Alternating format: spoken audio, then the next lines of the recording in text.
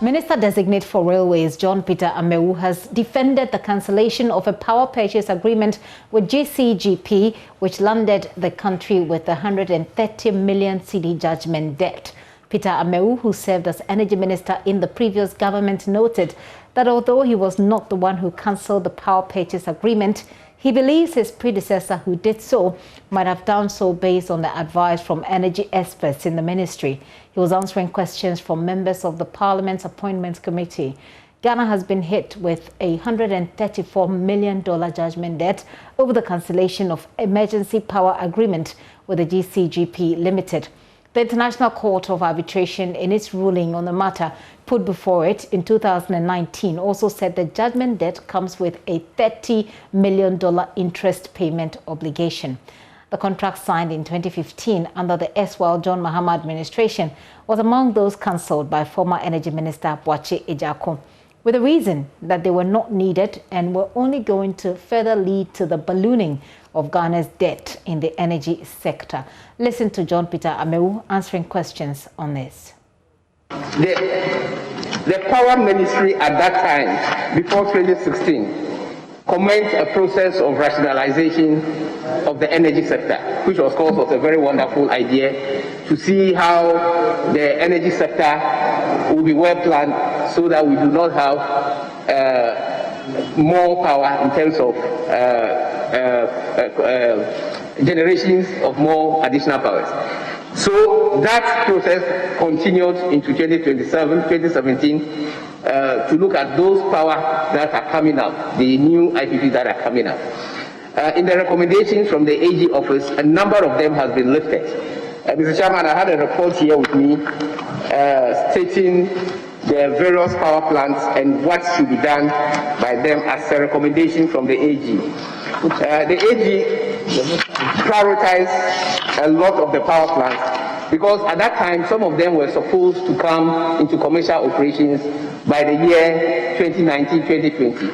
So these power plants were prioritized into various sectors. Those that need to be cancelled, those that need to be shifted, and those that can wait after the time that the country would need power.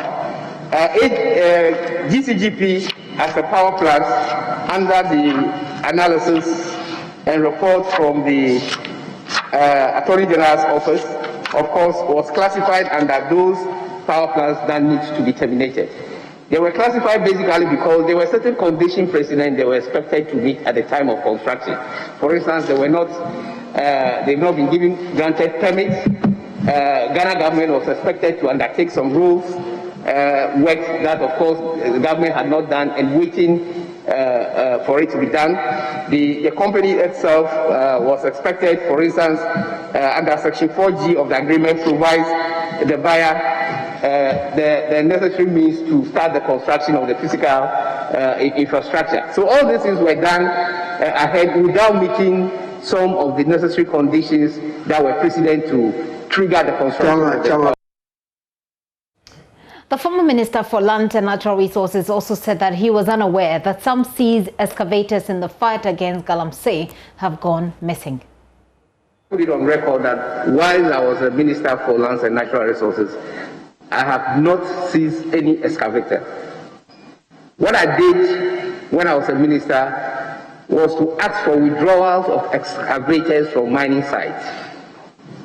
And at that period, about 500 excavators were withdrawn from the mining sites, but they were not seized. Because the methodology to seize excavators, it's a process through the AG's office. The minister unilaterally cannot seize excavators. So my order was for withdrawal of excavators from the mining site. And I did remember that that withdrawal date has been extended for another 3 months because at that point in time we realized that excavators, though withdrawn from the mining site, some were still. So these were some of the processes that we put in place to undertake. Yes, of course, the interministerial committee which came to handle the situation was a good innovation by His Excellency the President. I did say that we are going to procure a number of drones at the cost of 30 billion cedis These drones are high-tech drones. They are not the normal drones that we see flying, in Accra. John Peter Amewu there. He's also advocating funding for railway projects should be seen as a social product so that domestic funding can be used for those projects. Thank you, Mr. Chairman. Yes, of course, railway is very capital expensive. A kilometer of railway runs between $6 to $7 million, far in excess of what the road sector currently witness. In the midst of this COVID, global funds, it's very limited. But Mr. Chairman, I'm praying that now that we've got a vaccine, we will begin to see the reductions of the COVID and the world will gradually begin to move in its normal way. We will proceed with looking for funding, no matter the difficulty, because our capital within the country itself, in terms of the resources, are very limited, and therefore it's going to be difficult to rely on government funding of railway projects. So we'll explore other avenues. I appreciate your concern, about the difficulty of global funds.